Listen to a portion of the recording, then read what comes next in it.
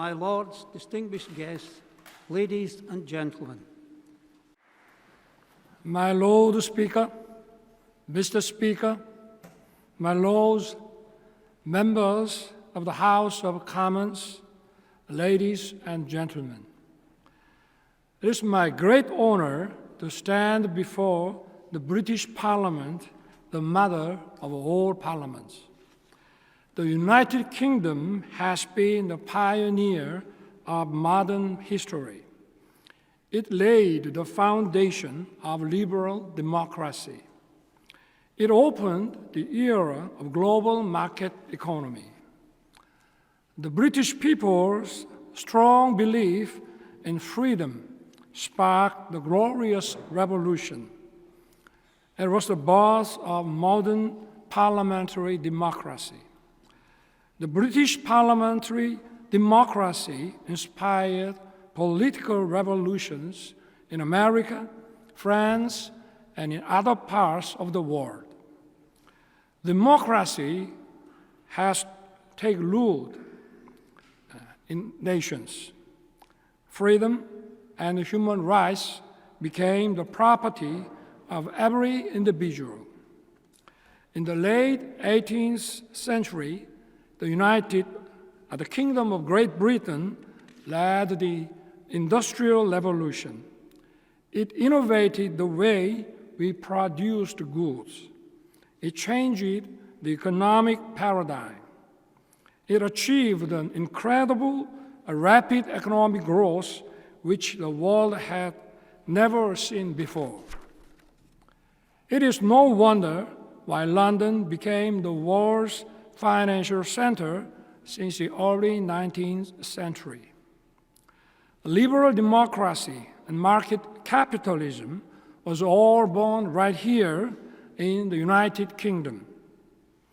These British ideas changed every aspect of our lives. They have promoted freedom, human rights, and economic prosperity in the world. And I know very well that Parliament has always been the heart of this great nation.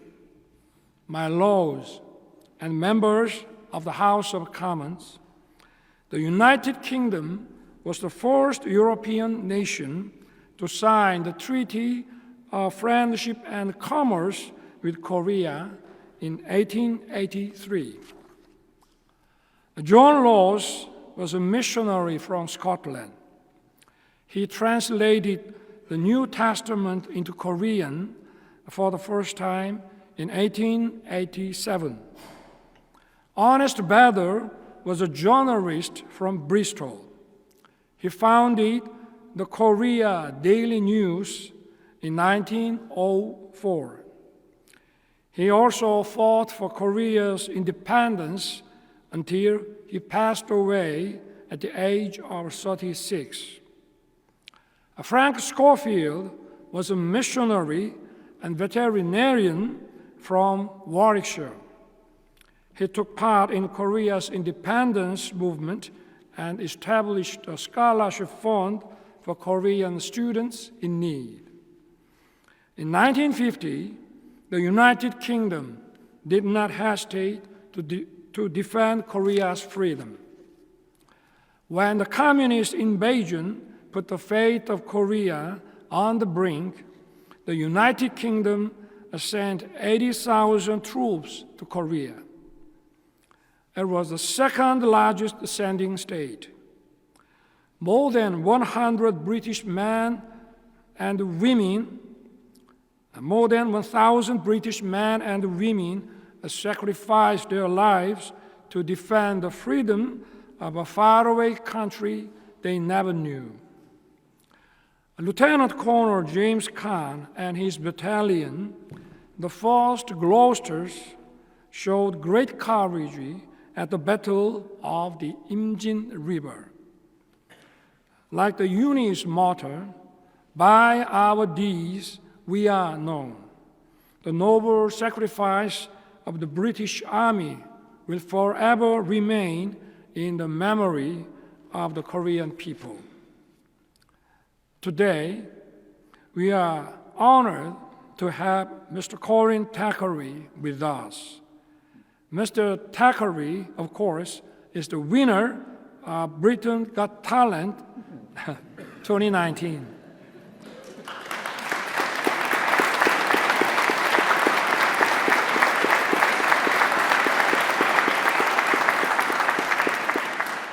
But he is also a proud Korean War veteran and Korea's honorary Veterans Minister. Mr. Thackeray, on behalf of the Korean people and the government, I thank you with deep gratitude and respect.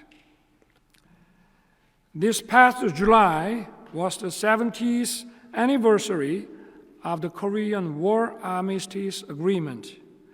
Mr. Thackeray visited Busan again, the city where he first landed during the Korean War. There, he sang for the fallen heroes lying in rest at the UN Memorial Cemetery.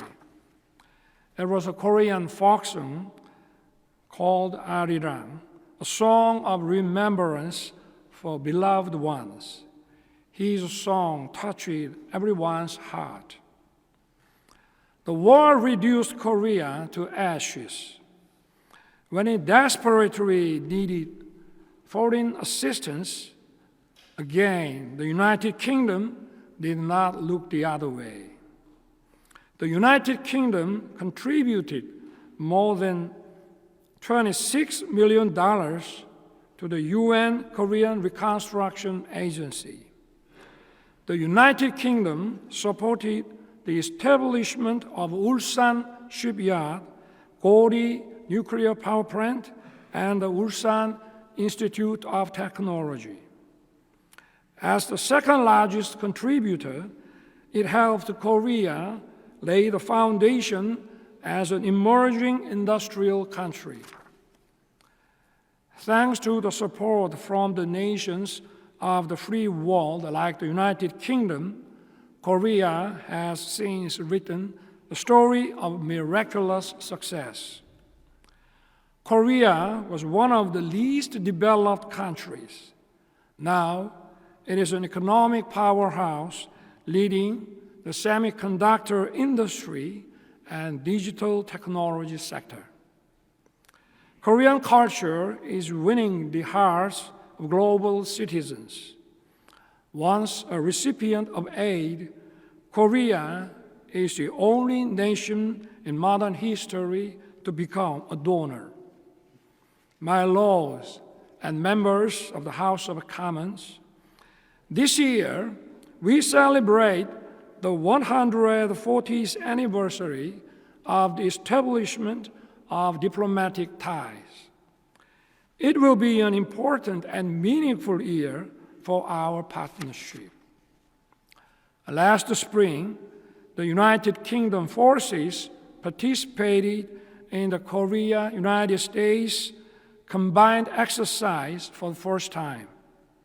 We are building new mechanisms for intelligence sharing and cybersecurity cooperation. Together, we will tackle North Korea's WMD threats. We will work more closely together to combat international cyber crimes, including cryptocurrency theft and technology hacking. Our bilateral trade and investment have thrived in many areas like finance, logistics, service, and bioscience. The FTA between Korea and the United Kingdom that took effect in 2021 has added further momentum. We will begin negotiations to modernize the FTA, to strengthen cooperation in supply chains and digital trade. Tomorrow, Prime Minister Sunak and I will sign the Downing Street Accord. Our bilateral relations will be reborn as true global strategic partners. Together, we will build a free and open international order. Together, we will cultivate sustainable growth and prosperity for all of humanity. We will broaden our cooperation to digital, AI, cybersecurity, nuclear energy, and defense industry. It will also include bio, outer space, semiconductors, offshore wind, green energy, and maritime sector. I kindly ask for your interest in and support for this partnership. Ladies and gentlemen, we are now faced with a new set of challenges. There are geopolitical risks like the war in Ukraine, the Israel and Hamas conflict, and the North Korean nuclear threats. They make unity of the international community harder to sustain. There are supply chain disruptions, climate change, and digital divide. They are widening economic inequalities among nations. Arnold Toynbee said, "Civilizations come to birth and proceed to grow by successfully responding to successive challenges." The Republic of Korea and the United Kingdom are authors of dynamic and creative histories. We must stand in solidarity and respond to many of the world challenges. One country alone cannot defend peace. Korea stands united with the United Kingdom and the international community to fight against illegal aggression and provocations. We will uphold established norms and international order. Korea will work with the United Kingdom to bolster the political and economic security in the Indo-Pacific region. Korea and the United Kingdom will seek ways to utilize nuclear power and other clean energy sources. At the same time, we will assist countries most affected by climate change in their efforts for green transition. The new digital age presents us with new challenges to our freedom and democracy.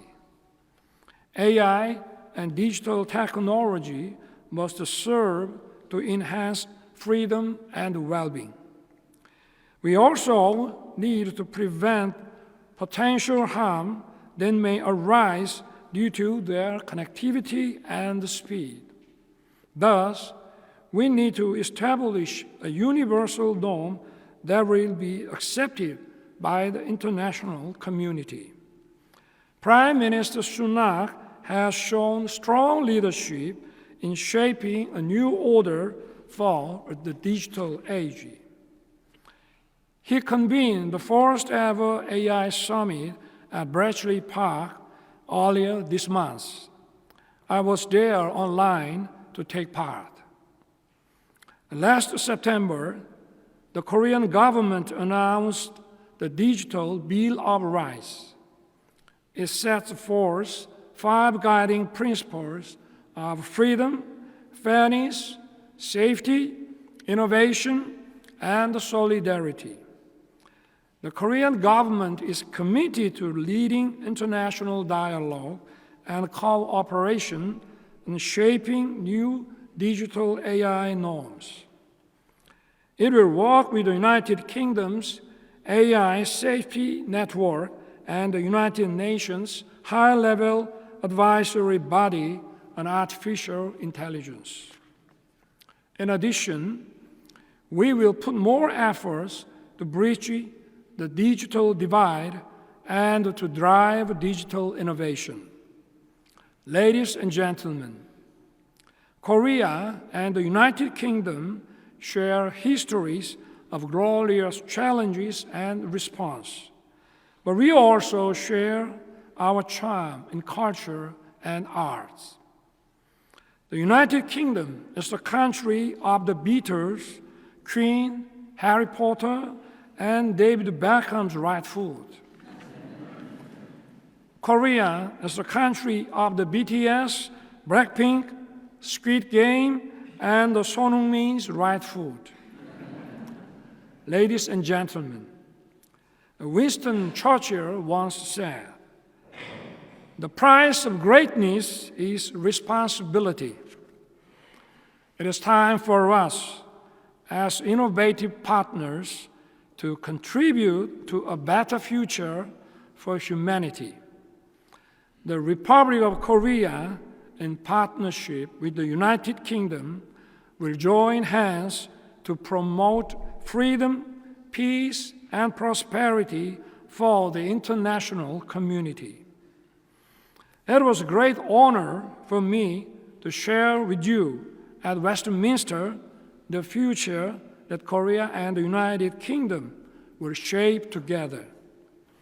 My lords and members of the House of Commons, let me end by paraphrasing a line from Shakespeare's Romeo and Juliet.